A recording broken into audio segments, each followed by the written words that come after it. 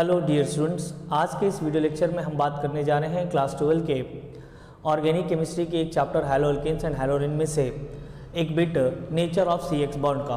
तो nature of C X bond क्या कहता है, देखिए हैलो अल्केन्स के अंदर कार्बन क्या है, एक हैलोजन से जुड़ा हुआ है, that is covalently bonded halogen के साथ में है। सो अब देखिए यहाँ पर ये जो बॉन्ड बना है कार्बन और हैलोजन के बीच में, that bond is covalent bond. वो बॉन्ड कैसा है बोले तो कोवेलेंट बॉन्ड है, ठीक है।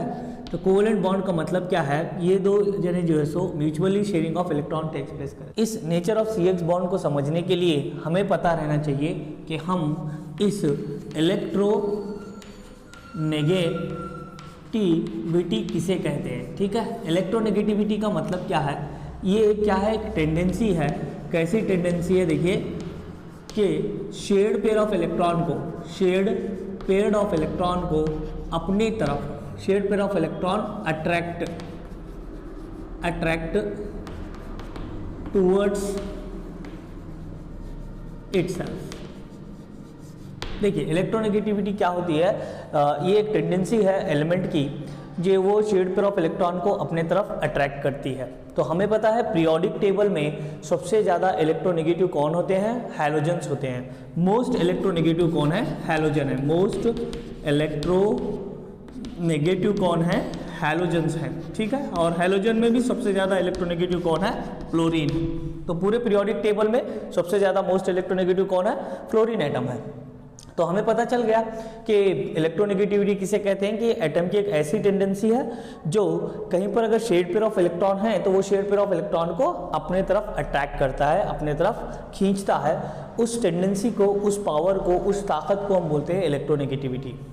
अगर हम बात करेंगे इलेक्ट्रोनेगेटिविटी डिफरेंस इस nature of C X bond की, जब हम बात कर रहे हैं तो इन दोनों में इलेक्ट्रोनेगेटिविटी डिफरेंस देखिए आप। तो हैलोजन है और कार्बन है, तो हमें पता है क्या, हैलोजन पूरे पीरियोडिक टेबल के सभी एलिमेंट में सबसे ज़्यादा इलेक्ट्रोनेगेटिव हैं। तो पता ये चला कि ये जो शेयर्ड पेयर ऑफ इलेक्ट्रॉन है, ये इलेक्ट्रॉन पुल होते हैं किसके तरफ, अट्रैक्ट होते हैं किसके तरफ, हैलोजन की तरफ।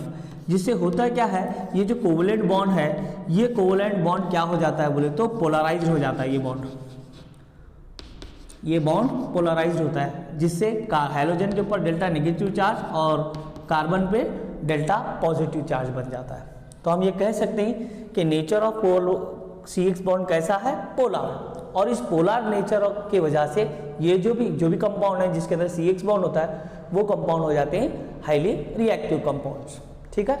तो अब ये जो हैलोजन है, हमारे पास में हैलोजन कौन कौन से होने वाले हैं, हमारे पास में हैलोजन होने वाला है फ्लोरीन, क्लोरीन, ब्रोमीन, आयोडीन हमारे पास में है। तो क्या सबकी पोलैरिटी या सबकी रिएक्टिविटी एक जैसी होती है? नहीं, सबकी रिएक्टिविटी अलग अलग होती है। क्यों? क्योंकि सबकी इलेक्ट्रोनेगेटिविटी भी क्या है, अलग अलग है। जब हम top to bottom periodic table में मूव करते हैं तो इलेक्ट्रोनेगेटिविटी क्या होती है, डिक्रीज होते हुए जाती है। डिक्रीज होने का मतलब क्या है, इन इलेक्ट्रॉन को अपने तरफ खींचने की टेंडेंसी क्या बोले तो डिक्रीज हो जाती है, ओके।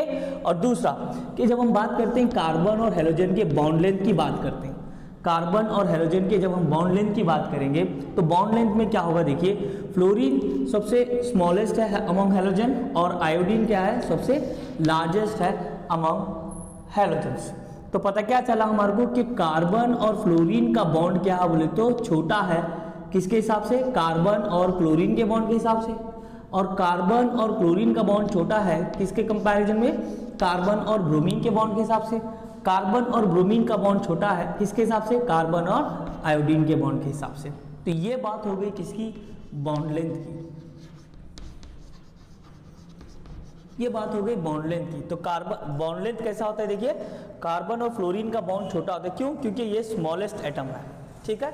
दूसरी बात क्या है, देखिए अगर हम इसको समझेंगे तो साइज क्या होता है, जब फ्लोरीन, क्लोरीन, ब्रोमीन और आयोडीन को हम पीरियोडिक टेबल में डाउनली ग्रुप मूव करेंगे तो साइज ऑफ द एटम क्या होना स्टार्ट होता है, इंक्रीज होना स्टार्ट होता है। तो जब साइज इंक्रीज होते हुए जाएगा तो बाउंड लेंथ क्या होता है, इंक्रीज होते हुए जाता है। जब बाउंड लेंथ इंक्रीज हो जाए, बाउंड लेंथ क्या होता है, इंक्रीज होते हुए जाता है। जब बाउंड लेंथ इंक्रीज हो जाएगा तो बॉन्ड डिसोसिएशन एनर्जी क्या हो जाती है, डिक्रीज हो जाती है। तो जितनी ही कम बॉन्ड डिसोसिएशन एनर्जी होंगी वो कंपाउंड उतना ही ज़्यादा रिएक्टिव होगा। तो इस तरह से हम यहाँ पर एक रिएक्टिविटी ऑर्डर भी दे सकते हैं। कैसा रिएक्टिविटी ऑर्डर दे सकते हैं? रिएक्टिविटी ऑर्डर किस तरह का होगा? Alkyl iodide is more reactive than alkyl bromide, which is more reactive than alkyl chloride, which is more reactive than alkyl fluoride.